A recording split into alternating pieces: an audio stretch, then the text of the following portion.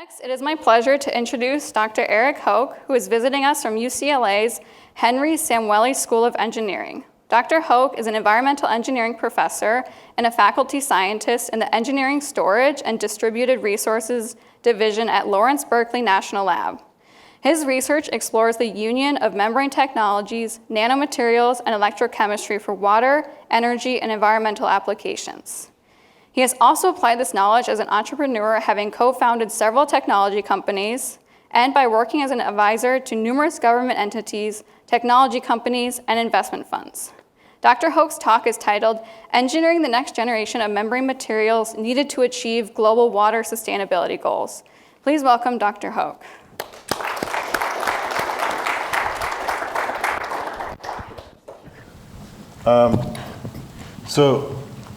I was pleased to hear the first keynote speaker this morning talk about the fact that there are water scarcity issues here in Oregon. Living in Southern California, we have enough groundwater to support a population of about 800,000 people, but we have 4 million people in the city, right? In the greater region, we have 10 million people, and so we rely on imported water from all over Northern California, Central California, the Colorado River, and so on. But the way that we think of Oregon, wrongly, I now understand, is that it's wet and it's green everywhere. And it turns out it isn't. And even as we were just talking about, even in places like on the western side of the range towards the coast, there are still some areas and times when water is not as abundant as folks would like it to be. So the main purpose of the work that I'll present today is really about water scarcity and being able to tap into alternative water sources that are typically impaired at the least, like wastewater, agricultural water, stormwater, and more often they're saline, like brackish groundwater and seawater and other salty waters. The project is a large project. It's funded by the U.S. Department of Energy through a DOE hub that's called the National Alliance for Water Innovation, and involves folks, myself from UCLA, Stina from UConn, Ying from Wisconsin, Hari, and there's some little overlapping here, Hari and Mark Day from the National Renewable Energy Lab, and Manny Alamelek from Yale. So everybody's seen maps like this variously over the years. This is a US drought monitor from a couple years ago. And what you see in the dark brown, red, and orange, these are areas of severe drought, extreme drought, or what they call exceptional drought. Now, 10 plus years ago, they didn't even have this last category. They had to add it in the last decade or so. Because of how extreme the situation can be. And it's localized somewhat throughout the US in places kind of in the Southwest region, but when you look at it on a global scale, really the belt of civilization, much of it is going to be water stressed and with water scarcity issues that will limit economic growth, population growth, availability of food, the ability to produce power and have electricity. So water is just very fundamental to all of these aspects. So I mentioned that we need more fresh water, but it's going to come from these impaired and often saline sources. I'm showing here this graphic, which fresh water is down here, less than half a ppm of salt in water. Brackish waters can exist in the typical brackish groundwater, maybe 1,000 to 3,000 milligrams per liter, up to about 20,000. Seawater, of course, is in the range of about 30 to 40, and above about 50. Some people consider 70, but we talk about brines. Now, these are naturally occurring geothermal brines. They're water that comes up when oil and gas is produced. It can be very saline. And there are, of course, like the Great Salt Lake and other saline surface water bodies around. So when you're dealing with salty water, you're going to have, in some way or another, to apply a desalination technology to get the salt out to make it fresh. The state of the art today is reverse osmosis. This is just a pie chart showing of all the desalination work that's going on throughout the world. The vast majority of it is done using reverse osmosis membranes. When you apply reverse osmosis, it's a separation process. So what you feed into the system, a portion of the water goes through the membranes and becomes fresh water, and a portion of the water is concentrated up and becomes a concentrated version of whatever you fed in, and that's typically referred to as a brine. The cost of managing the brine, disposing of it, is often the largest piece of the pie, so to speak. You can see electricity. This is in a brackish water context. Electricity is not the dominant cost. It's actually, where do you put the brine? Who can you pay to take it and dispose of it safely? So how do we manage the brine? There are a number of different approaches. In many places throughout the US, we have class 1 and class 2 injection wells. These are deep wells that go far below where we would extract groundwater from for drinking water purposes. And they're typically confined aquifers, or at least believed to be. And so we dig these deep wells, we can inject wastewaters, saline and other, down into these lower formations and preserve the nearer to the surface drinking water aquifers. Another approach, if you're on the coast, you can directly distribute it back out into the ocean, and it's legally permissible to do so in many cases. In Southern California, we have we call the SARI lines. There are a number of large pipes that travel up to 60, 70 miles from inland from the coast of Southern California, and they carry brines, industrial wastes that are high salinity, we have a number of brackish groundwater treatment plants that send their brines into these lines. They end up all funneling down into this one discharge point. They're treated and then discharged out into the ocean through a 2-mile long pipeline that goes out into the deeper waters and distributes it in a manner shown like this. The other approach, which is used throughout the Southwest, in particular around oil and gas and mining operations and mineral extraction operations, are to use evaporation ponds, as shown here. The limitation here is you need real estate and you need sunshine, and wind helps also. We have that in the Southwest, but not too many other places. So in certain circumstances, most often there's a regulatory requirement for zero liquid discharge. In certain places around the world, we have these we call ZLD requirements. And when you have that, we have these technologies. They're thermal evaporators to concentrate the brine up to about 25 weight percent, not quite saturated yet, but just below saturation. And in that 25% salt, 75% water solution goes into another thermal evaporator where the solids drop out the bottom as crystals. So we have thermal brine concentrators and crystallizers. If you look at the energetics, which largely translate into cost when you get into these higher salinities. So here I'm showing on the y-axis, we call the specific energy consumption. It's kilowatt hours per cubic meter of water. And on the x-axis, it's the TDS, total dissolved solids, from 0 up to about 300 grams per liter, or 30%. All these thermal processes are up here, and you can see the broken axis here.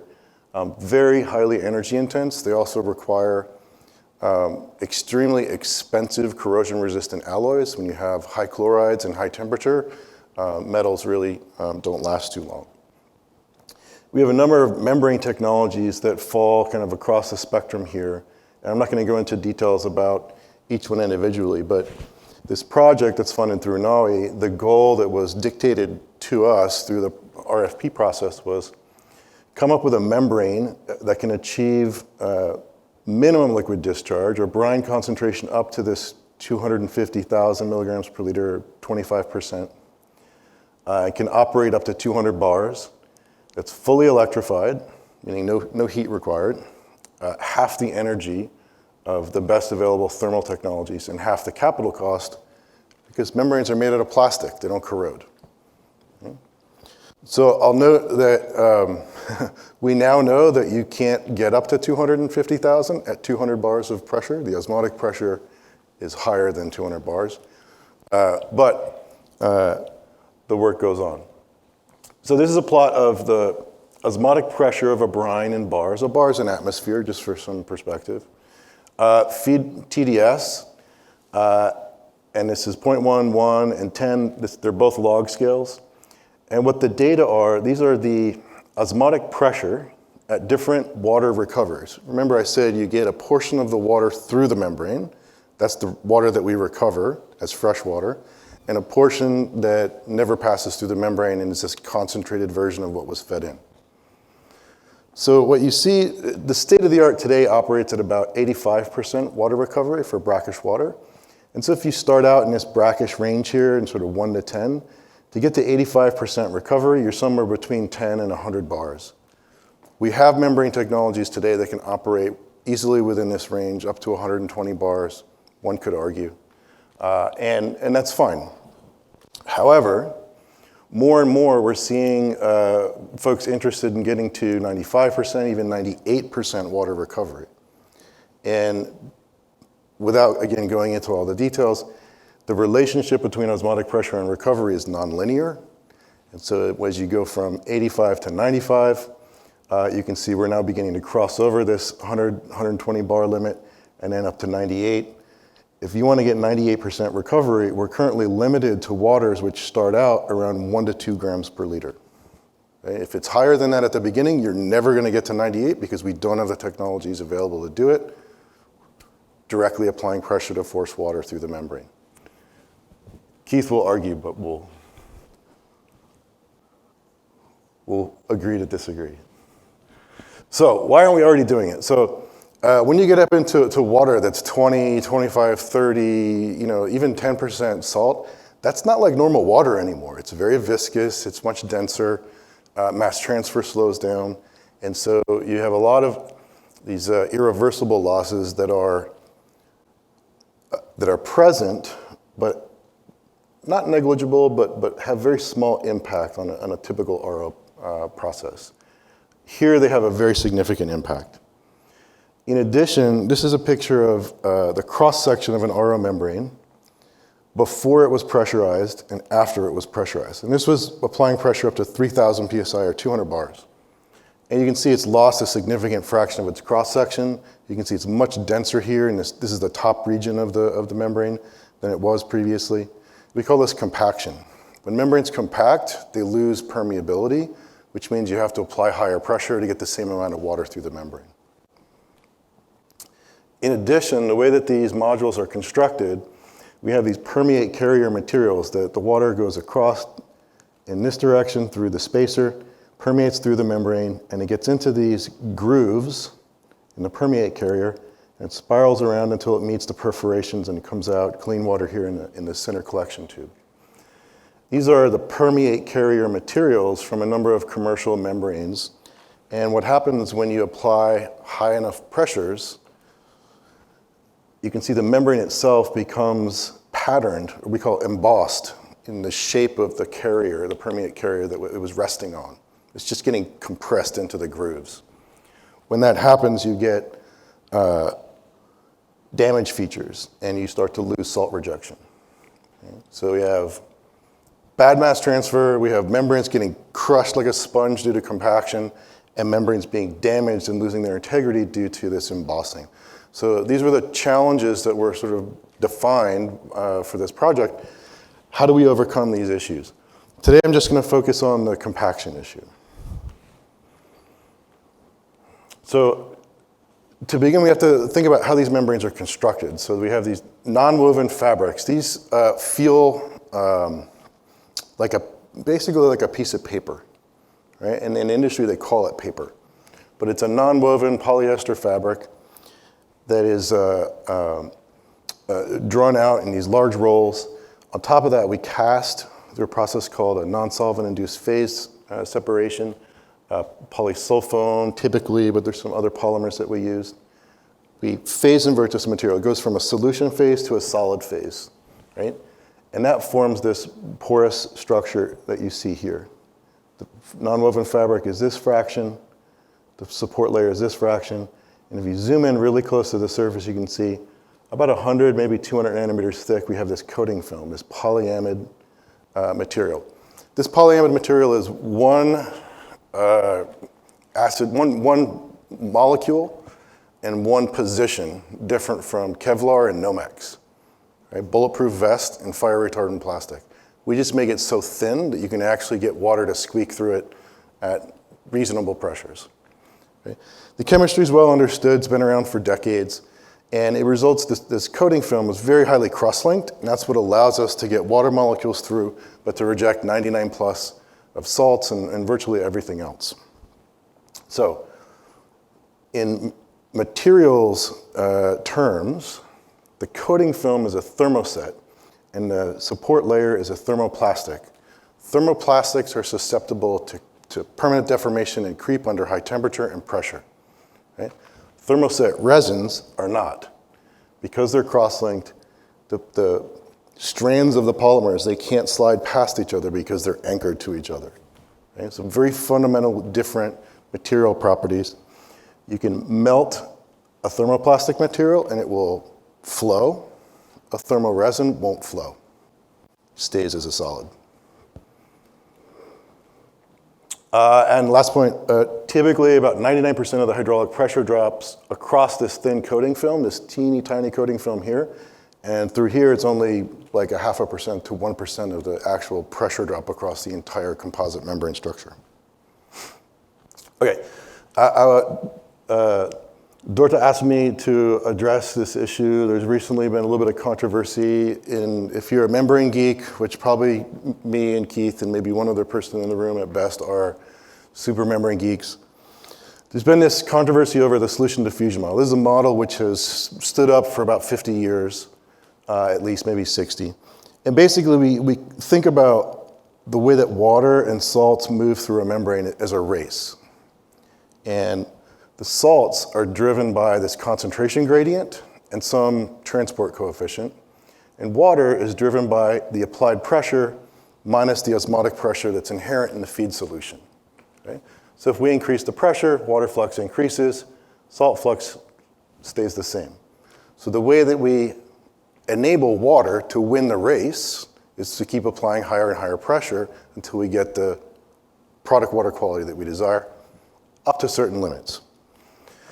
And classically, this solution diffusion model talks about the selectivity of a process in terms of its diffusive selectivity, the rate of diffusion of water over the rate of diffusion of salt through the membrane, and the solubility, the uptake of water by the membrane versus the uptake of salt. And so you want a membrane that is going to take up a lot of water, be hydrophilic and swell, and you want it to, but not swell too much, because you want water to get through, but not salts.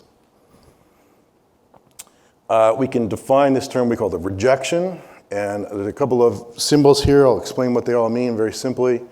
But the solute rejection is influenced by the feed solution in terms of the osmotic pressure, the membrane properties, the transport coefficients, the A and the B value, and the operating conditions, the applied pressure, and the CP modulus. CP modulus is a ratio of the concentration of salt at the membrane surface to that in the bulk. It's basically proportional to the flux and a mass transfer coefficient, which is a cross-flow velocity, basically. Right? So the point is, rejection is not a property of the membrane, it's a property of the combination of the feed solution, the membrane, and the operating conditions. Now here's the controversy. More and more evidence has come to light recently that all of the assumptions inherent to the development of this solution diffusion model are fundamentally wrong. Okay?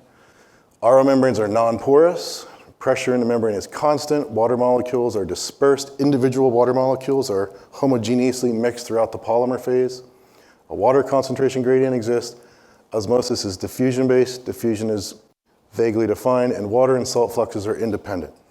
Okay, so we now know that these membranes have interconnected free volume elements. You could consider them pores at a molecular scale, sub-nanometer. that there is actually a hydrostatic pressure gradient across the membrane. It's not constant. That water moves in clusters of 4 to 5 molecules size, whereas in the bulk, it's about 10 to 15 water molecules moving around as a cluster. There's a gradient in porosity due to the compression, but there's no concentration gradient. Osmosis, it turns out, is driven by a hydraulic pressure difference, or hydrostatic pressure difference. That friction governs the permeability, and that water and salts interact with each other. They're coupled in the way they transport through the membranes, right? This is what people have been thinking for the last 60 years, and this is what people are starting to think about now. At the end of the day, why I think the controversy is not that interesting is, regardless of the assumptions that you use, you end up with the same 2 equations, right? So you end up with the same mathematical form of equation. The only difference is your interpretation of what's inside the A and what's inside the B. Is it diffusion? Is it convection? Is it solubility and swelling, right? And so on. So from a practical perspective, it has no impact. Okay, now, from this rejection equation, what we can see here, for different types of membranes, seawater, brackish, high flux RO is like really low pressure for like wastewater treatment, recycling, freshwater, nanofiltration, the solute rejection on the Y, water flux on the X. This is the practical range of fluxes. You can design a plant sort of on the low end to the high end, but not anywhere outside of that range. And you can see seawater membranes are so tight, they're not too affected by the operating conditions. But brackish water is high flux and nanofiltration, very much, their performance, very much a function of the operating conditions and how you apply them. Okay. So,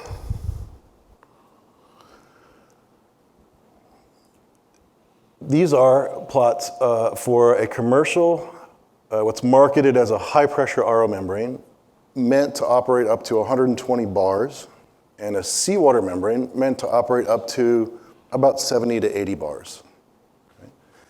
And these are the different permeate carriers, the tap water, high pressure, seawater, brackish water, and this is a stainless steel frit. And what we see is the salt passage, right, is changing with each support material. This stainless steel frit is very smooth and doesn't produce any embossing on the membrane. So the salt passage is the lowest on the stainless steel frit, the highest on this brackish water, right, and it goes down towards the tap water. The water flux in orange increases with these support membranes. For the seawater, it's largely the same, just slightly different values. And what this looks like in terms of the A and the B values, we can see for the high pressure RO membranes, A values here on the y-axis, they're all going down. Membrane's getting compacted, becoming more dense. The B values on the right-hand side are all going up. And to the greatest extent with this brackish water permeate carrier. It's the most open one, the one that's most easily the membrane gets crushed into. For the seawater membrane, largely the same. The A value goes down, the B value comes up a little bit. And this is just giving you data, evidence of the compaction and the embossing affecting the water and salt flux through the membrane. What do these membranes look like? Pristine compacted, pristine compacted, pristine compacted. These are 3 different membranes, high pressure, seawater, and a brackish water membrane. Here we used a focused ion beam scanning electron microscope to etch away. This is the surface of the membrane at the top where this bar is. And then just below about 5 to 10 microns of depth, you can see before compaction and after compaction. Before and after, before and after. The membranes become much more dense right up underneath the polyamide layer, that thin coating film. You see it's very, very dense. Okay, so why does the support membrane have anything to do with this performance when I said earlier 99% or more of the pressure drop is across this polyamide layer? So if you think about a thin film coating over top of a polymer, so this solid matrix with a pore every now and then, right? We have this kind of periodic unit. You have a pore radius and you have a characteristic dimension for this repeating unit. we've developed models and we've been able to show over the years that what's happening is you're increasing the effective path length for water and salts to get through this composite membrane structure. If water enters the membrane here, it only has to traverse the thickness of the film, L. But if it enters over here, it has to not just go through this thickness, but also this lateral distance to get to the pore entrance. So the path length for diffusion or convection or whatever is longer than just the coating film thickness. And it turns out that this is a function of the support membrane skin layer porosity and the pore size. R1 is the pore radius. Something wrong with the legend here, but I think these are like 5, 10, and like 20 nanometer pores. So for RO membrane supports, the porosity is typically on the surface somewhere around maybe 10 to 20% or 5 to 20%. So this normalized effective thickness, we're saying the path length for permeation through the membrane is longer than it would be if you just considered the film thickness. So as you compact the membrane and as this support layer gets more dense, this pore radius is getting smaller and smaller and smaller, and it's causing this effective path length to increase further and further and further. This is the effect of the composite membrane on the overall membrane performance. One thing that happens sometimes, a grad student comes in your office and says, I've got something I have no idea, I can't explain it. Right? And that sometimes is a little bit scary and that sometimes is a little bit exciting. So here, this is the water permeability for a membrane. This is just at 60 bars, about seawater RO pressure.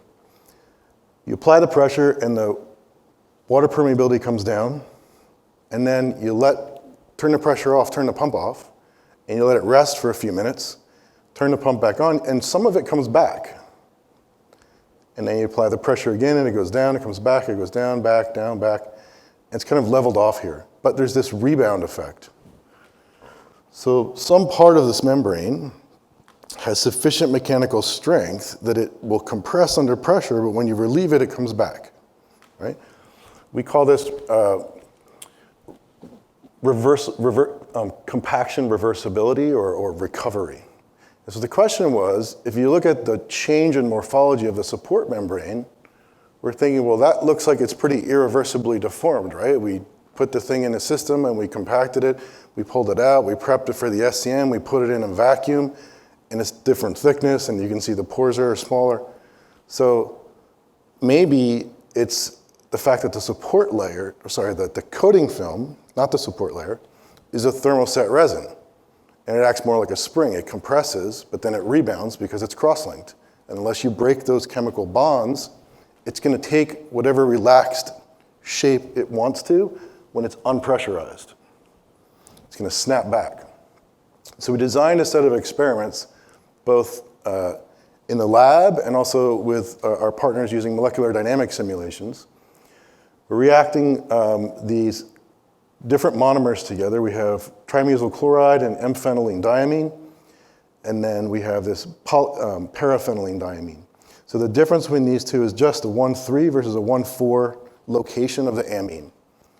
And what that does is it's going to change the degree of cross-linking, right? It's going to change the mechanical properties of that polyamide coating film. It's going to make them be able to compress more or less and rebound to different extents.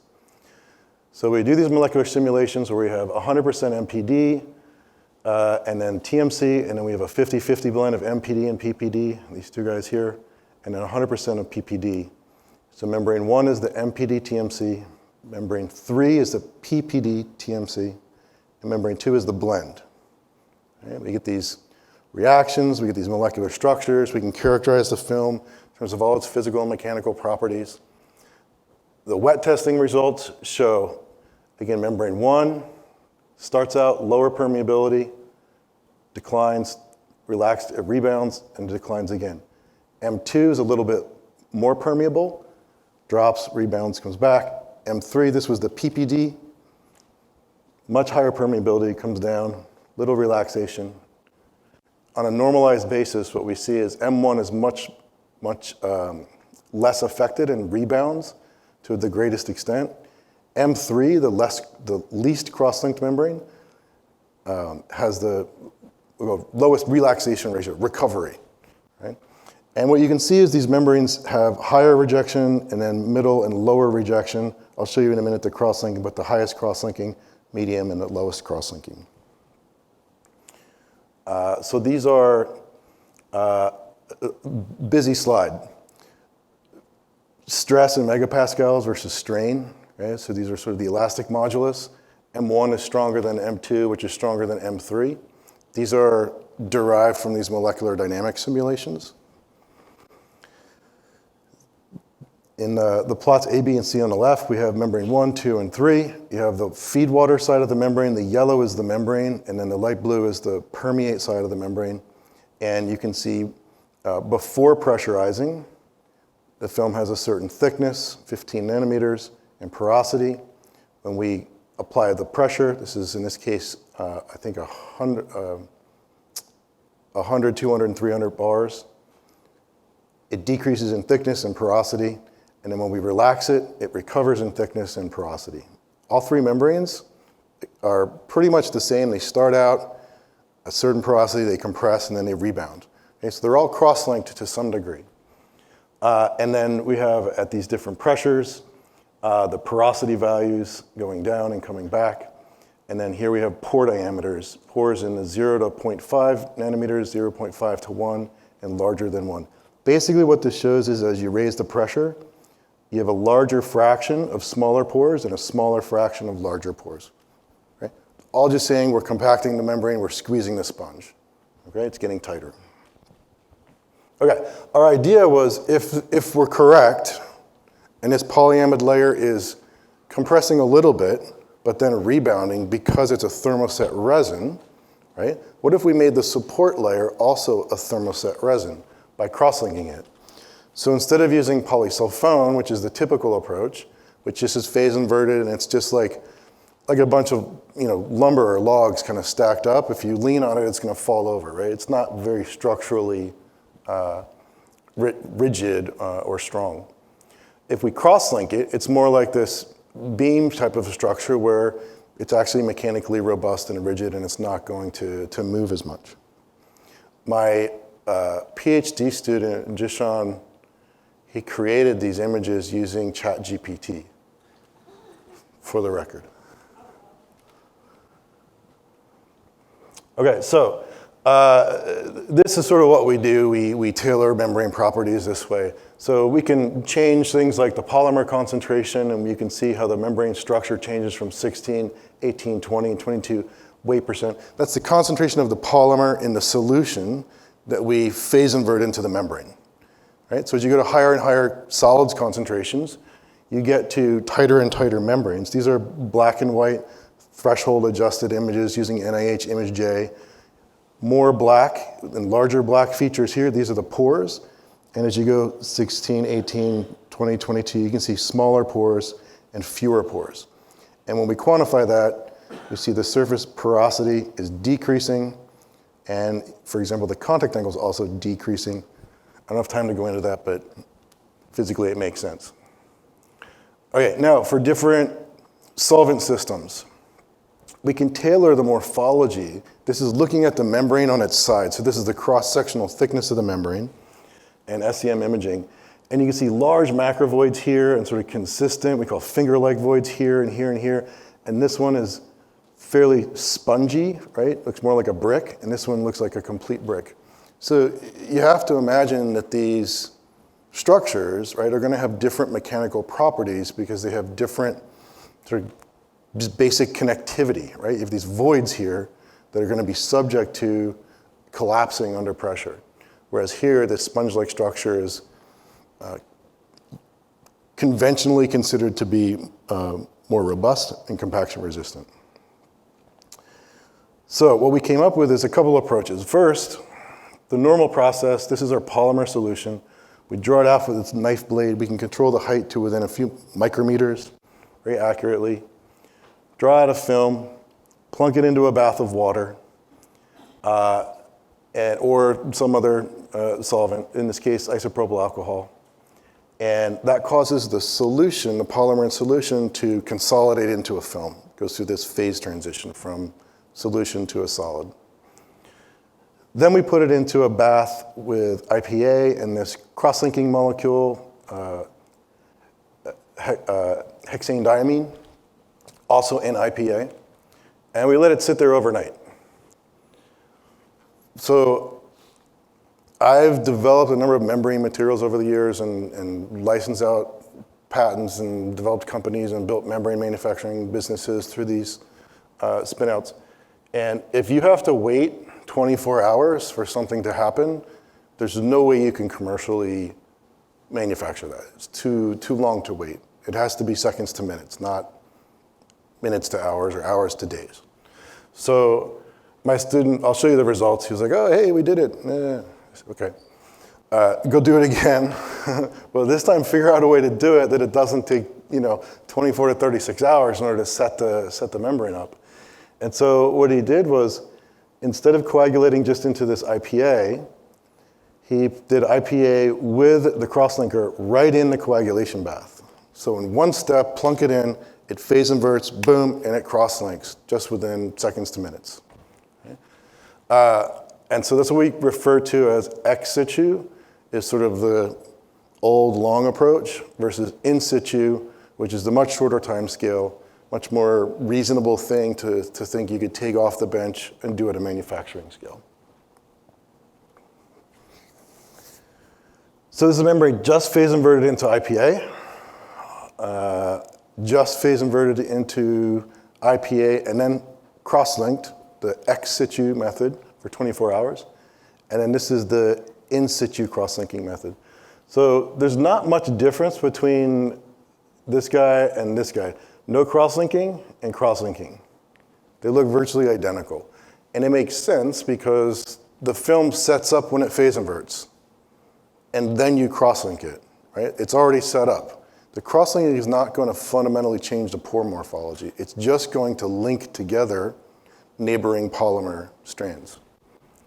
But when you do the combined approach, you can see it's, I don't know if you can see it, but it's a lot tighter, much smaller pores, much less porosity.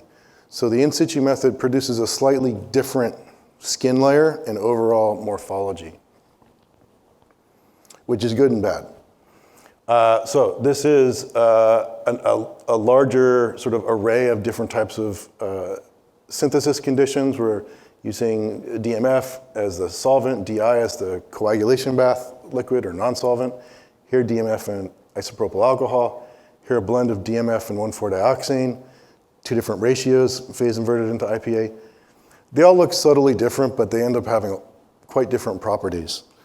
And then these are the same membranes then with cross-linking. And you can see, again, they set up and they kind of stay about the same after cross-linking. So all of these membranes have this really nice, this is 16, 18, 20 weight percent with different ratios of DMF to 1,4-dioxane. And they all set up pretty nicely. One thing that emerges is you begin to see this kind of bilayer structure under the right conditions at the higher concentrations. So this is that skin layer, just where the polyamide material will be just on the top of all of these. So it's pretty dense right there. Good news is it's virtually compaction resistant. Bad news is it's really dense. And so that it backs up the water a little bit. So we did some spectroscopy. This is FTIR to confirm the initially for the polyimide supported TFC without cross-linking. We can see the imide bonds here. And then after the cross-linking, the imide ring opens up and it becomes an amide. And you see the decrease in the imides and the emergence of the amides there in the spectra for both the in situ and the ex situ.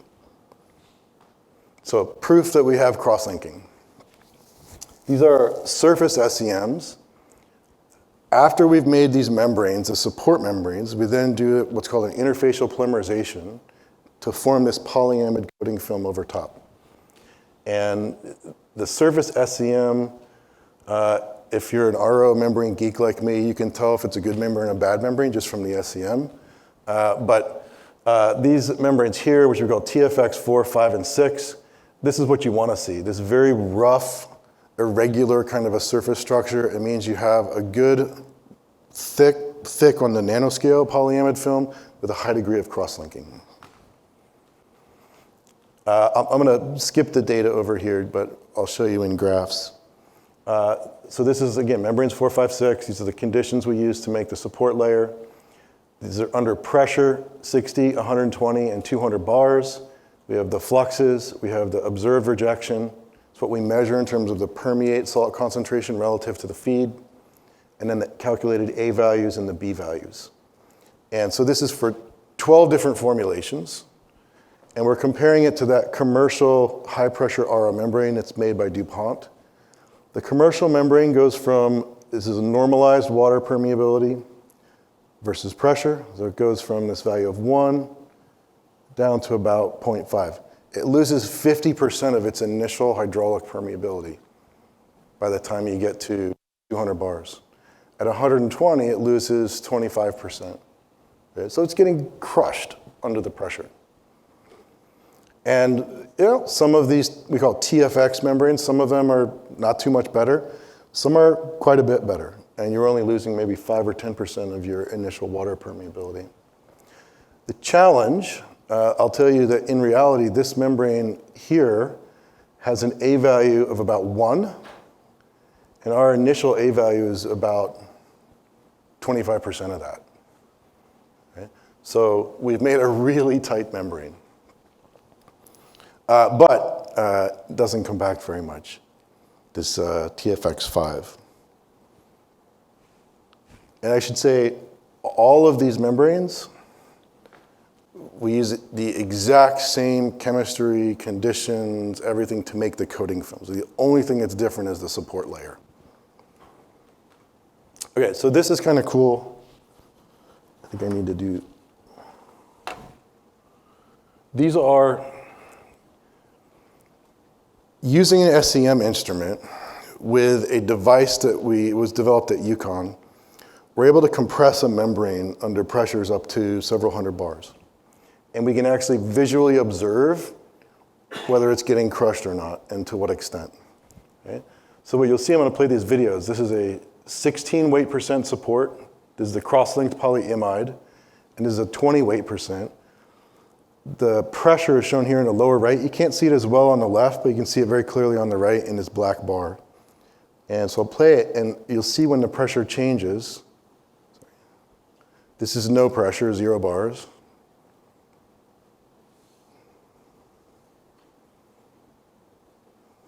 Now 30.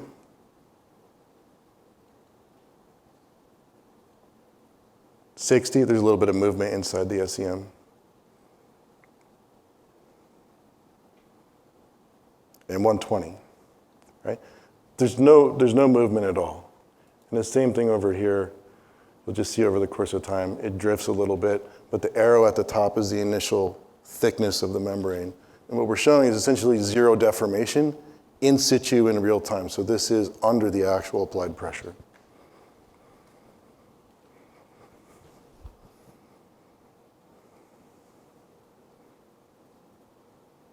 Okay. From those videos, apologize, a little translation from my computer to yours here. This is on the x-axis, the characteristic diameter of the pores from sort of top to bottom throughout the body of these films. And it's about, on average, about a micron or so, plus or minus. And that is at, again, this should be 0, 30, 60, and 120. But what you see is essentially no change.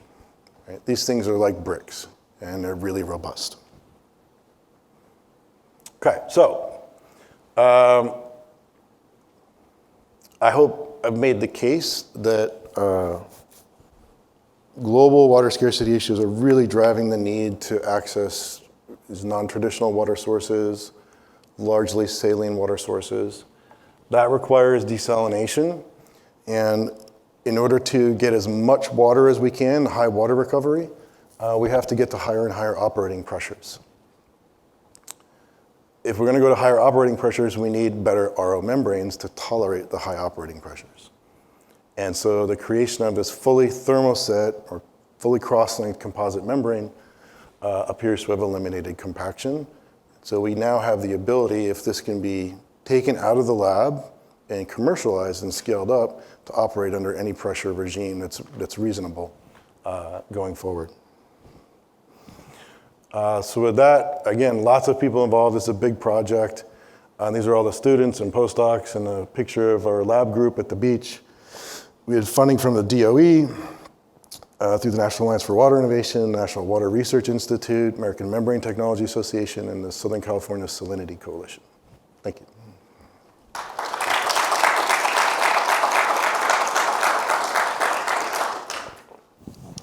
Thank you for a fascinating talk. Other questions? Eric, what about temperature?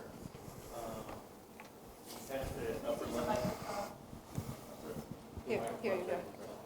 We're online too. Hey, Eric. Good talk, thank you. What's your perspective on temperatures and getting it to these higher pressures? What do you think you can operate at? Yeah, so we've run up to 65 degrees Celsius so far without any compaction. Wow. We're going to try to go up to 85 next. Typical membranes, just for anybody who's not familiar, if you get much above 30, 35 degrees Celsius, they really soften up and they compact and emboss and get damaged. And so the typical recommended operating conditions and warranty limits to about maybe max 40, 45. Okay.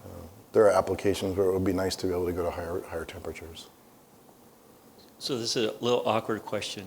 The contact angle, and this is just work I've done in the past, how did it progress with the...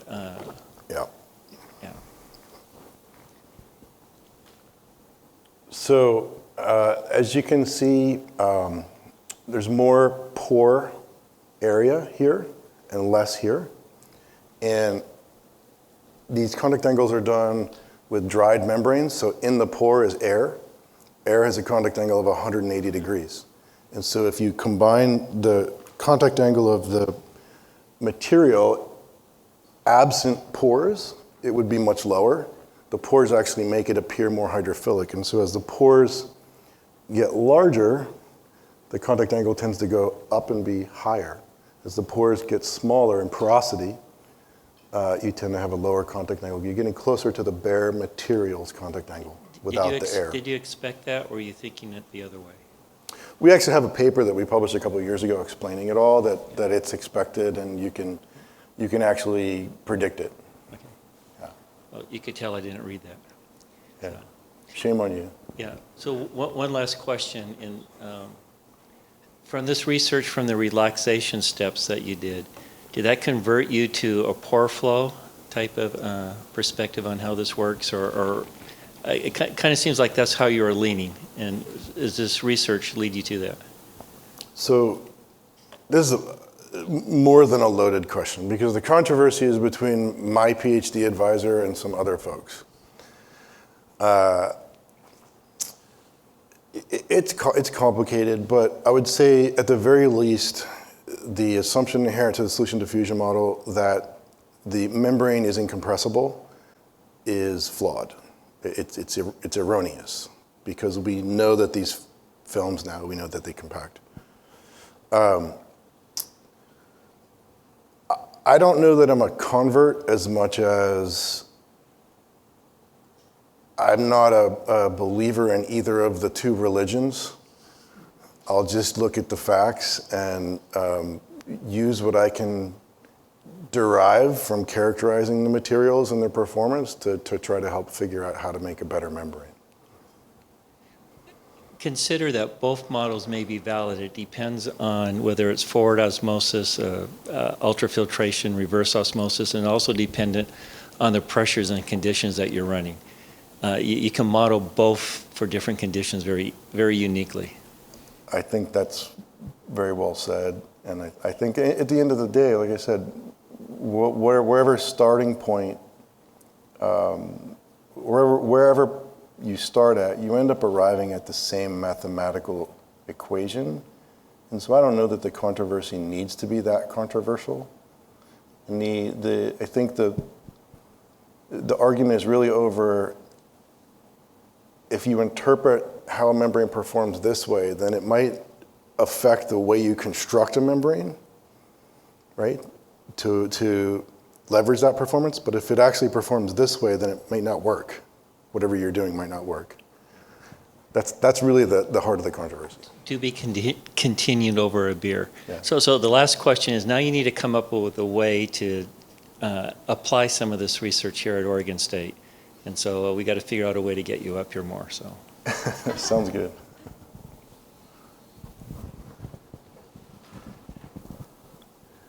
Hi, Eric. Thanks for the presentation. Very nice. I am not a membrane guy, as you well know. Have known for a long time. But I just had a question.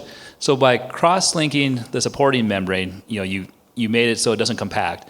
But did you also then increase the pressure drop or reduce the flux through that layer? Because I noticed most of the data was normalized, and so it was hard to tell. Like, is there a trade-off between, like, yeah, you're not compacting, but we're also slowed the flow down? Yeah, you're correct, and I kind of glossed over the data, but you can see here, so a typical seawater RO membrane or even a high-pressure RO membrane is going to have an A value of about 1.0 to 1.5, and you see these are much lower. So they're starting out more dense and less permeable. We are now making membranes that are 2 to 3x higher A values. They're just not published yet. And I think we can get kind of back to the baseline pretty easily. But it's just a work in progress. So you think you'll be able to make one membrane for most conditions as opposed to maybe different membrane, for different, if it's seawater versus wastewater versus, the different conditions because of the pressures you'll need? Yeah, exactly. And it turns out, and we've published on this before, that this compaction happens, not so much the embossing, but compaction happens even in like a wastewater recycling plant operating at 100 to 200 PSI. You still lose 20-30% of the permeability of the membrane in the first 2 weeks of startup.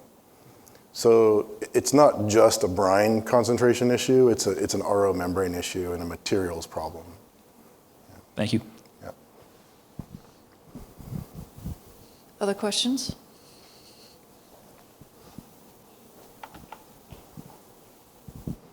Eric, thanks for the talk. I had a question. It's maybe about.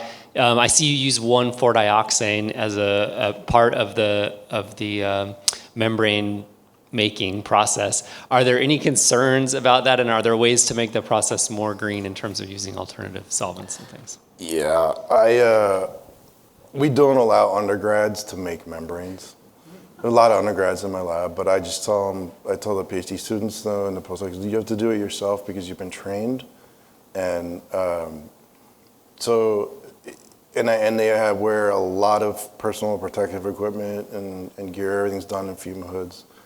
I don't think, there may be certain locations, but I think it would be difficult to go to market using 1,4-dioxane. The first commercially viable RO membranes were developed and patented at UCLA, developed in the late 1950s and patented in 1960. They used acetone and 1,4-dioxane as the solvents. It's difficult to do that nowadays.